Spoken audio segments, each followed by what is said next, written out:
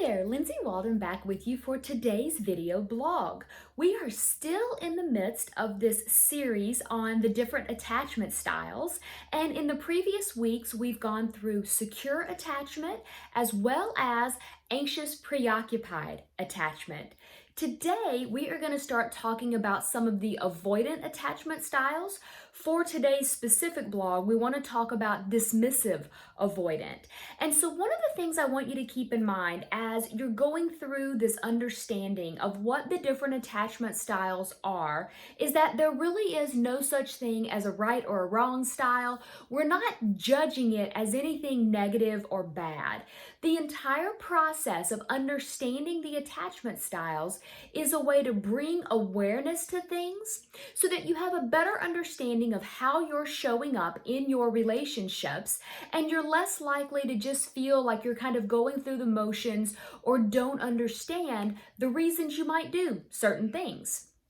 Okay, so when we specifically think about the dismissive avoidant attachment style, some of the things I want you to keep in mind is that with a dismissive avoidant style, this is going to be where you're probably keeping people at a really far distance, or you're keeping them at arm's length. It's not that you don't want to connect with someone or that you don't want to have a deep relationship, but that vulnerable component of being able to really connect those dots and connect to somebody on a really deep level brings up a certain amount of avoidant behavior. Sometimes it's looked at through the lens of I'm going to get them before they get me, or I'm not going to let them too close, because the closer I let them, the more likely I am to be damaged or hurt, or for something to go wrong and go bad for whatever reason. So it's this idea that the more you open yourself up, the more you're going to feel connected to other people, but it also carries with it a much higher risk of potential exposure or harm or hurt and those kinds of things. So it's not that you don't want to have those connections, but when it starts to feel unsafe, or it starts to feel like, oh my goodness, I'm letting them in, this is really uncomfortable, I'm not used to this, I don't like this, those kinds of feelings, you may find yourself putting up a wall and sort of shutting down a bit.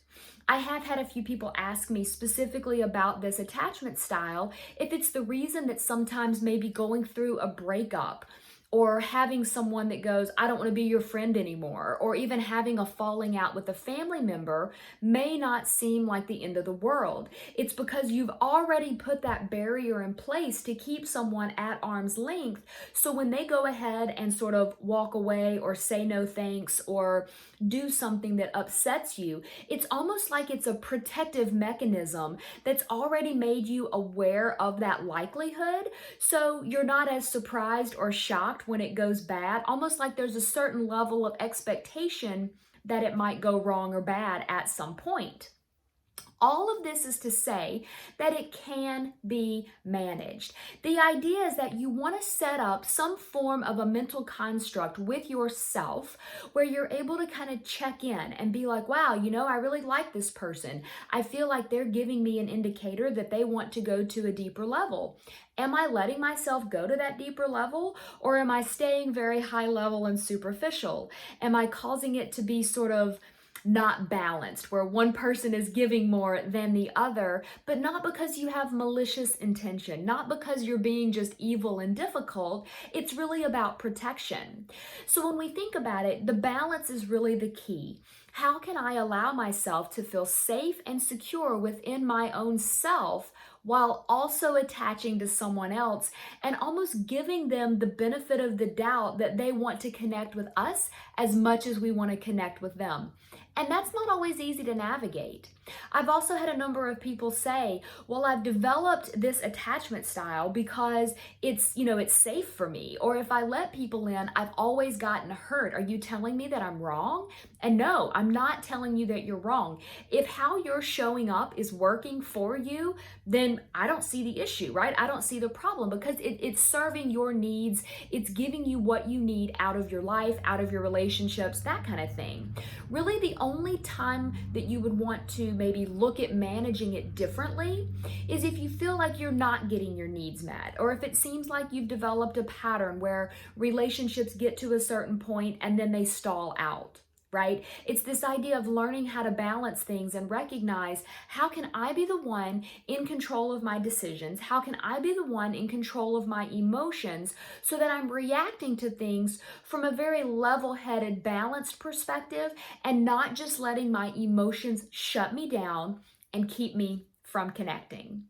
If you have not taken the attachment style quiz yet, I do recommend the Personal Development School attachment quiz.